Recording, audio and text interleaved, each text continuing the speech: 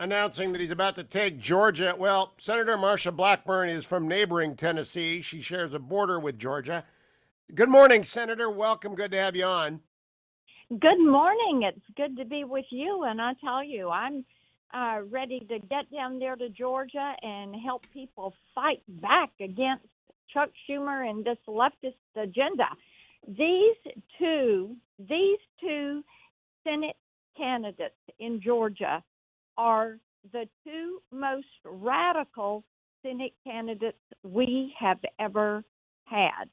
You have John Ossoff, who is a trust fund socialist who, until running for the seat, was on the payroll of a company, a media company owned by the Chinese Communist Party.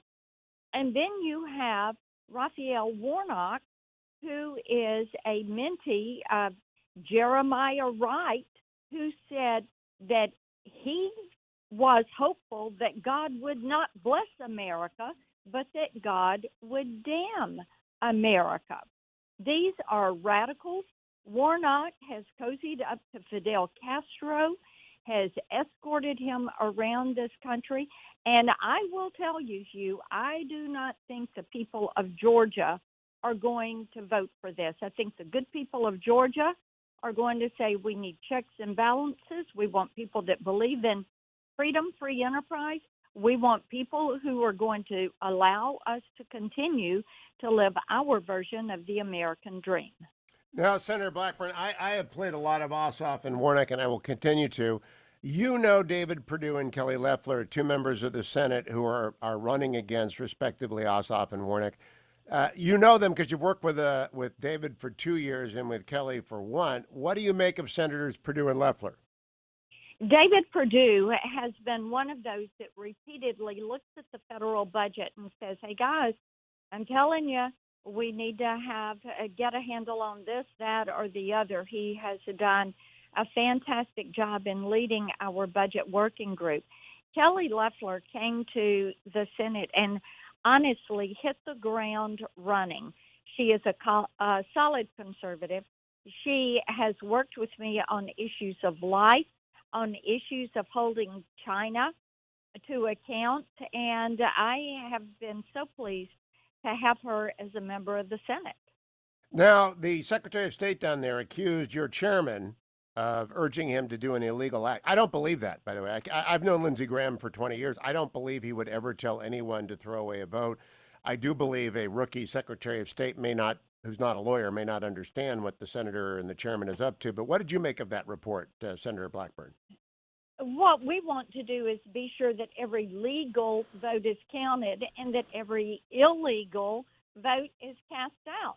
And if you've got people from Georgia who voted, or people who live outside of the state of Georgia who voted illegally, if you've got people who are trying to move into the state so that they can change the outcome of the election, this is something the people of Georgia need to get a handle on.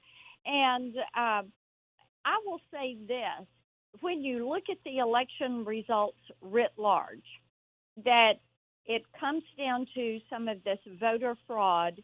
It comes down to the mail out of the ballots, the harvesting of ballots, the problems with software in counting and auditing ballots. Our state legislatures, Hugh, need to get a handle on this, and they need to do it and clean this process up before 2022. I have talked to people in blue states who are blue counties who were mailed several ballots to their home for previous residents. One individual I talked to has been in their home for 11 years. The previous resident died 12 years ago, and that deceased individual who has been deceased for 12 years was mailed a ballot to vote in this election cycle. Now, Senator, I believe the answer to this is early in-person voting, mobile if necessary for the elderly. But I do think mail-in balloting is a nightmare. I received ballots for California in March. I haven't been there in the summer. I got back here in March for the March primary. and I haven't been a California resident for 4 years. Yeah, I Yeah. just it's crazy. And early in-person voting is the way to deal. That's what we do in Virginia, and it works. And Donald Trump did not win this state, but I believe the results in Virginia, which allows for very easy early in-person voting. I think that's the way to go. You know, the story of this election, Senator Blackburn, is that Republicans held the line in the state legislatures. Indeed, they flipped between two or three state legislative bodies and one governorship. That vaunted blue wave never showed up. In fact, the reverse showed up in the House of which you were an alumni.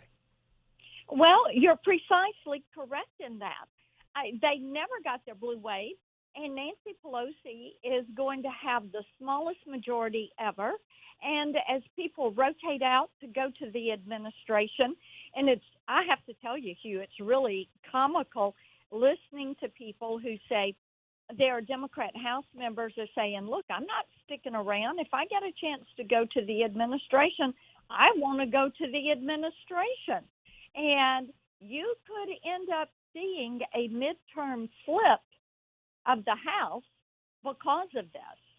I agree. Now, Senator, tell me a little bit about the Senate machination. Assume for a moment that Georgia voters haven't lost their mind and they send back David Perdue and Kelly Leffler, and it's a 51-49 Republican Senate with Leader McConnell firmly in control of the body. What changes in your life on the committees? Do you know? We do not know yet exactly what those changes would be.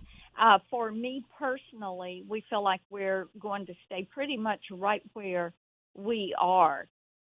It would be a smaller, slimmer majority. It would be a Vice President Harris who would be there as the presiding officer in the Senate and the tiebreaker. But and by the way, bear in mind, she was rated by GovTrack the most liberal member of the U.S. Senate. Now, Senator Blackburn, I want to do a little lobbying on the air here. On behalf of all the district court nominees who were nominated from states with blue senators, I have one friend, Rick Richmond, who got nominated a year ago. He's just a trial lawyer. He's not particularly political. He's a heck of a trial lawyer, but he's been in limbo because Senator Feinstein and Harris won't let him through. I just believe if they do not allow these district court judges to be confirmed en masse, you ought not to confirm any judges. I think you ought to just shut it down because if you get rolled, you've got to roll them back. I just believe if they play hardball, you've got to play hardball. What's your attitude towards people? Totally agree with you. And playing hardball is something we should do more of.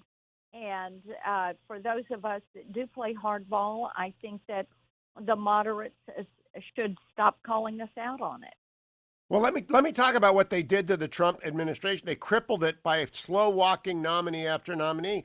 My response is you've got to do at least as much slow walking as they did. And if you have the majority, you can do that. Even in the minority, you can do that. Absolutely. I agree. If Susan Rice is nominated to the United States Secretary of State, will you vote against her and will you urge her nomination not be brought up?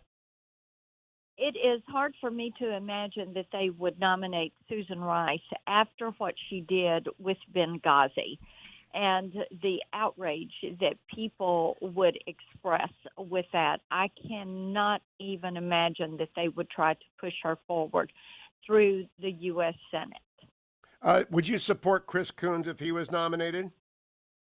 I'm not going to talk in hypotheticals. I know Chris. He and I have been in a Bible study, the Senate prayer breakfast group together. So I've gotten to know him through that. And I'm still holding out hope that they will count legal ballots and that Donald Trump will end up pulling this thing out. That is what would make me happiest. Well, happiest of all. I understand that. I'm deeply disappointed as well, but I don't see it happening, Senator. I follow it every day. I don't even see a lawsuit. I know. I don't even see a lawsuit that's viable at this point. And I don't want to go to the state legislatures and attempt to have them overturn. I mean, that's more radical than packing the Supreme Court, and conservatives aren't radical. But just assuming, I do think, and I'll close with this. the members of the conference just have to pay back. The Democrats crippled the Trump administration. People don't know that. They wouldn't confirm people. And I don't believe that we ought to roll over and allow the Biden administration, if they made us work with civil servants, they've got to work with civil servants. Well, and I agree with that. What they did to President Trump, because they never accepted the election result. Oops, we lost her.